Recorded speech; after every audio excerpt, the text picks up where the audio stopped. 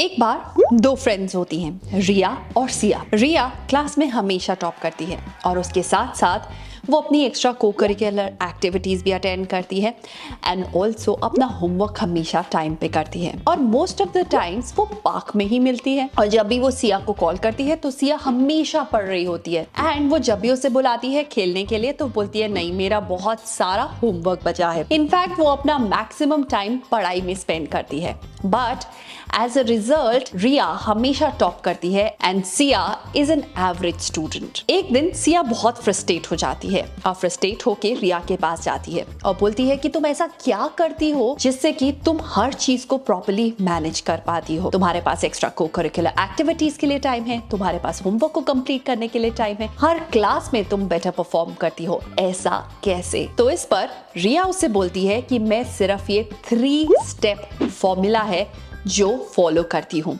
अपनी पढ़ाई के लिए एंड यही 3 स्टेप फॉर्मूला मुझे हेल्प करता है हर चीज को प्रॉपर्ली अचीव करने में। तो क्या आप लोग भी सीखना चाहते हैं ये 3 स्टेप फॉर्मूला जो रिस्पॉन्सिबल है रिया की ग्रोथ में? So let's begin with the video and understand this 3 step formula. इस 3 स्टेप फॉर्मूला के अंदर कवर्ड होंगी strategies, planning, time table, tips, tricks, हर चीज की कैसे आपको पढ़ाई करना स्टार्ट करना होगा अगर आपके एग्जाम्स आने वाले हैं तो, right from the beginning till the very and.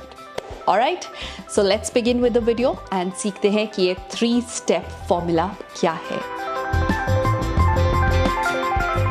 Now in 3 step formula के अंदर सबसे पहला है step number 1 and that is before starting, step number 2 during studying and step number 3 is after studying. Before studying के अंदर हमें क्या क्या चीजों का ध्यान रखना है? नंबर 1, कभी भी चैप्टर बाय चैप्टर नहीं पढ़ाई करेंगे।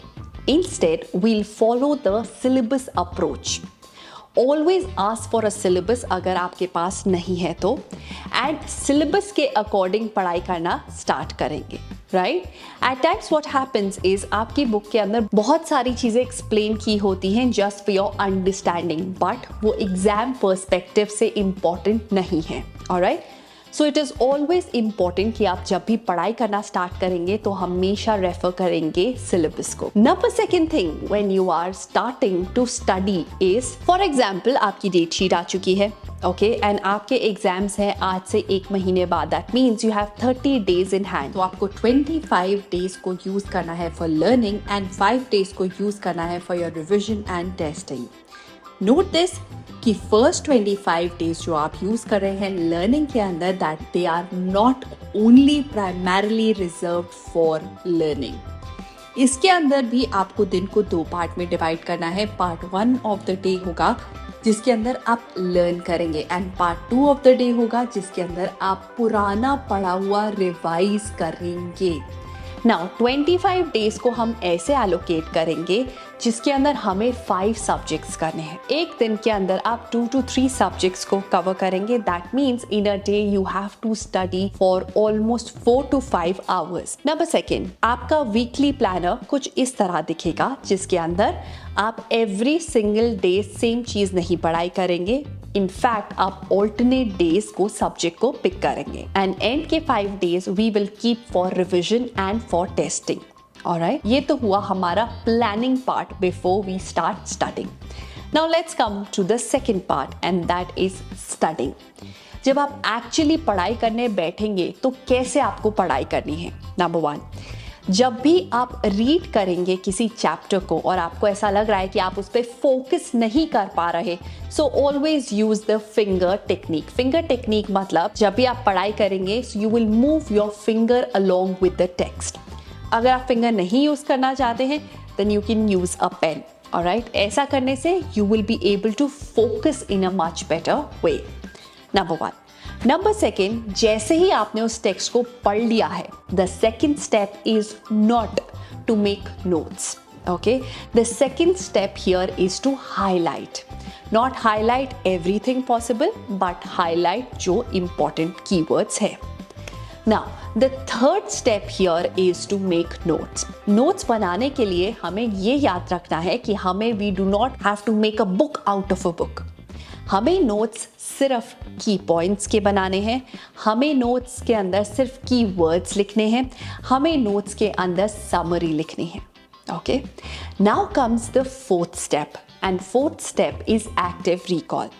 एक्टिव रिकॉल को करने के दो तरीके हैं. नंबर 1 इज कि आप बुक को बंद करें और याद करने की कोशिश करें कि आपने क्या क्या पढ़ा था.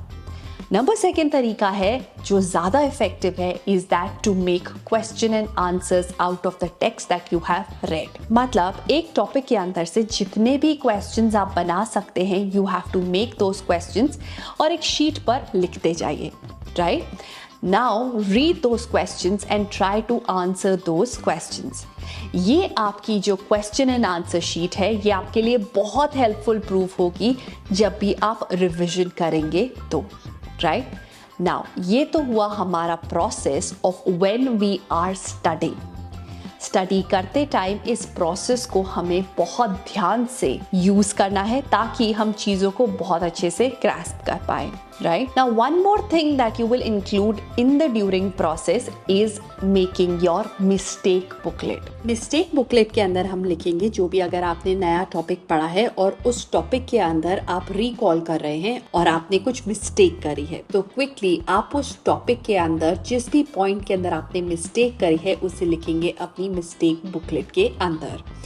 दैट मीन्स एवरी चैप्टर के अंदर जो भी आपने मिस्टेक्स करी हैं वो आपकी मिस्टेक बुकलेट में होना चाहिए. मिस्टेक बुकलेट के लिए दो तरीके हो सकते हैं. A, you can make a booklet, and B, you can write on the chit of paper and put it in a poll as a doubt box. इनमें से उन चिट्स को आप निकालेंगे एंड इनके अंदर जो क्वेश्चंस लिखे होंगे उन्हें आप सॉल्व करेंगे बिफोर योर एग्जाम्स. राइट, ये तो था कि हमें कैसे पढ़ाई करनी चाहिए एग्जाम्स के लिए. अब बात करते हैं आफ्टर.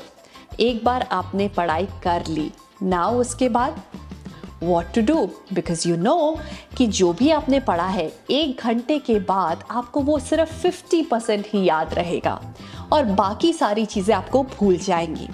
तो अब उस प्रॉब्लम के साथ कैसे डील करें? उसके लिए there is again a 4-step formula, and that is number 1, to test yourself quite often. हमने एक क्वेश्चन एंड आंसर शीट बनाई है. आपके पास जब भी टाइम हो आप इसको आंसर करने की कोशिश करेंगे. ऑलराइट, आप इसकी पिक्चर ले सकते हैं, इसे अपने फ़ोन में रख सकते हैं. चाहे आप कम्यूट कर रहे हैं, आप घर पे भी नहीं हैं, तो भी आप इस क्वेश्चन एंड आंसर शीट को सॉल्व करके देख सकते हैं. Number 2, teach it to someone. You know, जब आप किसी को कोई भी कॉन्सेप्ट टीच करते हैं तो इसका मतलब है कि पहले आपको उस कॉन्सेप्ट की अंडरस्टैंडिंग अच्छे से होनी चाहिए. सेकंड, आपके पास ये एबिलिटी होनी चाहिए कि कैसे आप उस टॉपिक को इजी से इजी वर्ड्स में किसी और को पढ़ा पाएंगे. नंबर 3, आपके पास ये एबिलिटी होनी चाहिए कि अगर आपसे किसी ने क्वेश्चन किया तो आप उसका आंसर कर पाएं. अगर आपने इस तरह से पढ़ाई करी है कि आप किसी को पढ़ा सके और इन 3 चीज़ों का आंसर दे पाए, तो आपको वो कॉन्सेप्ट क्रिस्टल क्लियर हो जाएगा. And this serves as a very good method to revise. Okay, number 3 thing जो आपको करनी है, and that is read your mistake booklet quite often. जो आपने मिस्टेक्स करी हैं उनको आप ज़रूर पढ़ेंगे, because this is the gap in your understanding and आप एग्जाम में ये मिस्टेक्स नहीं करना चाहते. सो इस तरीके से हम अपना before, during and after the studying के प्रोसेस को फॉलो करेंगे. एंड आप इस प्रोसेस को फॉलो कर सकते हैं right from the beginning when you are starting to prepare for your exams. Alright, so I know your half yearly exams are coming and uski preparation ke liye you needed a strategy. This entire video was all about the strategy. Wish you all the best for your exams. Study well and don't forget to test yourself before you go for your exam. I'll see you in my next video. Till then, take care of yourself and stay super duper productive. Bye bye.